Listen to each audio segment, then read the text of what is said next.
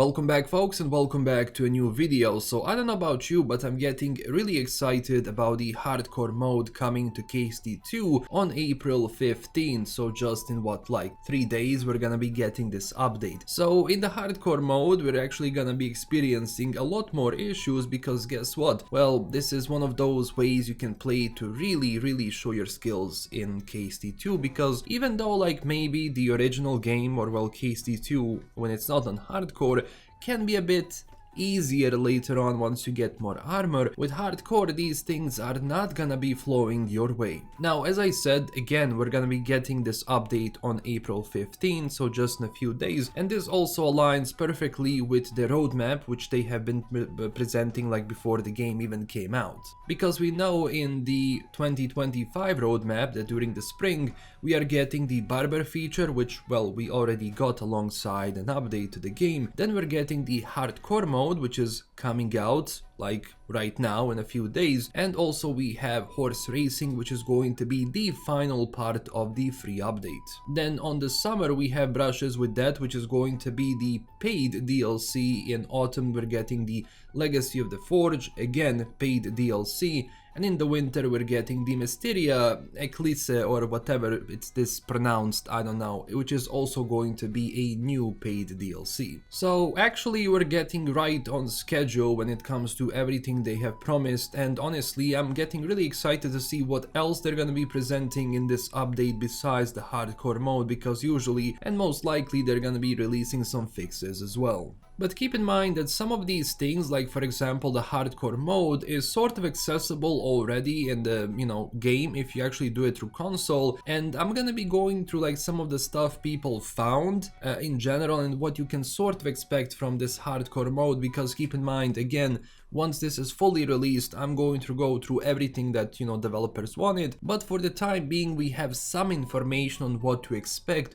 and what each of those perks, which I'm going to show you right now, are gonna be doing for you and to make your life even more miserable. So when it comes to gameplay and some of the gameplay elements of it, you can expect the reduced UI in and out of combat, including no visible health and stamina bars. If this really turns out to be the case, honestly it's going to be amazing, because then you really have to think very carefully how you're gonna be fighting and how many people you're gonna be fighting, because a few hits maybe and you're going to be brought down. So you have to be really careful how you're going to be approaching each objective, especially some of those missions which have a lot of people chasing you. Fast travel is going to be disabled, so you have to walk everywhere, or well, ride everywhere, you cannot really skip that. The autosave is going to be disabled, so you have to be very careful how you're gonna be approaching certain things, because well, if there is no autosave, well, it is what it is. Also, it seems that our position in the map is not going to be marked, so we have to rely on actually looking out and following directions to go to a certain place. So it's not gonna be easy maybe for people who are just getting into this game, but to be honest, if you're just getting into KST2, I would rather say finish the game first and then start the new hardcore mode. And also because, well, you have to look around, you have to rely on pretty much everything, because the compass is not going to show the cardinal direction, so even that you kind of have to look at the sun and figure some things out for yourself. Now also, as I showed you, there are these perks, so it seems that we're gonna be picking 3 negative perks that are going to pretty much follow us through the entire playthrough, and this is what some of them do. First off, we have bad back, which says this: you can generally carry less, and whenever you bend to pick up an herb or a mushroom, there's a small chance you'll strain your back and be left hobbling for a while. I mean, this is not even a perk, this is just life. Then we have bashful, and this is you, my viewers. You can't ask people for directions, so it's more difficult to find your way around. Besides that, you're too shy to speak to girls at the bathhouse, so you cannot really request all of their services. Since you're not much of a talker, gaining speech skill is also slower. Then we have probably one of the more difficult ones, and that's the Hangry Henry. In addition to the usual effects of hunger, starving also reduces your speech, charisma and intimidation. Moreover, all food will fill you 20% less, and your digestion rate increases by 50%. So if you're gonna be doing this, you're gonna be eating a lot. Then we have heavy footed, so your shoes wear down faster and you generally make more noise. So this one, if you kind of pick it, you can forget about stealth most likely. Then we have the menace.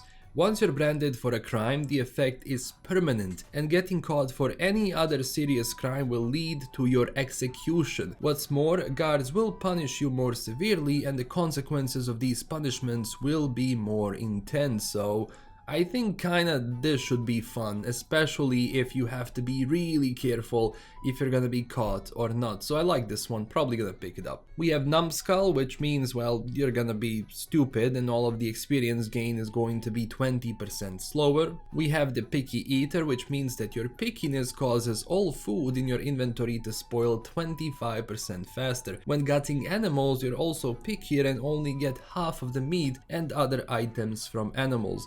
I mean, to be honest, this one's not that, difficult, considering that you can just, get a few hairs or maybe, I don't know, whatever, and you're gonna be having enough food for a while. So I don't think this one is gonna be really an issue, if you want to go for it. Then there is the one called Punchable Face. Coming across travelers on the road is more dangerous as is getting into a fight. Besides that, enemies never surrender and are more confident, making fights more difficult, so that means they are really going to hate you. Then we have the Somnambulant, which basically means sleepwalking. So you lose energy faster, and every time you sleep there's a chance your sleepwalking legs will take you somewhere else. I'm kinda picking this one, to be honest. This should be fun, going to sleep, in one place, waking up in another, maybe a random place. I'm definitely picking this one. And the last one, we have Sweaty. So you get dirty faster, meaning you start to smell faster, and when you do, you can be smelled from twice as far away, making you easier to detect, unless there is a certain perk you pick for, stealth, but if you know, you know. Plus, perfume doesn't give you any positive effects, you cannot just hide the stench. And look, so far this is a lot of fun. I mean, to be honest, like some of these which I'm going to pick, I'm probably going to pick the sleepwalking one because, I don't know, it should be fun to wake up somewhere randomly. Maybe get the menace one, why not? Because, I mean, this should kind of make like stealing stuff a bit more I don't even know, like maybe more dangerous, because it's not going to be easy, because if you're caught 2 times, I mean, that's it. And to be honest, I also like the bad back perk. Why not? I mean, it's life, and it should be funny if you're kind of going to fight something and it's like you see a dandelion, you want to pick it up, and then you're basically limping for the rest of the way. So I don't know, a lot of these should be fun to kind of test out and see what we can do, but some of these, I think if combined, can really make you like have a very difficult playthrough. But a lot of people, including me, like these sort of like hardcore kind of gameplay moments, because to be honest, like there is nothing better than actually just being like fighting 3 enemies which you don't know if you're gonna actually beat, and at the same time you're using everything which you know about the game so far, everything which you have learned, you're putting it to a test to kind of go through this obstacle. And I think that's great because, well, it just makes things a lot more interesting, and you have to be careful and use more stuff at your disposal, because if you don't, it's going to be game over. But of course, I will have a lot more information about this once, this is out on 15th, and I might even stream this. We'll see like on Twitch how it goes, but this is like something that I just cannot wait for, and I'm really glad that Warhorse has been very active with this game, and everything which they have pointed out in their roadmap has been happening. So I'm just really excited to see how much they push this game, especially when it comes to future paid DLCs, because, well, I want to have more adventures with Henry, and I want to see how they want to expand this game even further, because if you ask me, like, this game really does have potential to be expanded even more, maybe besides what they have imagined in the first place.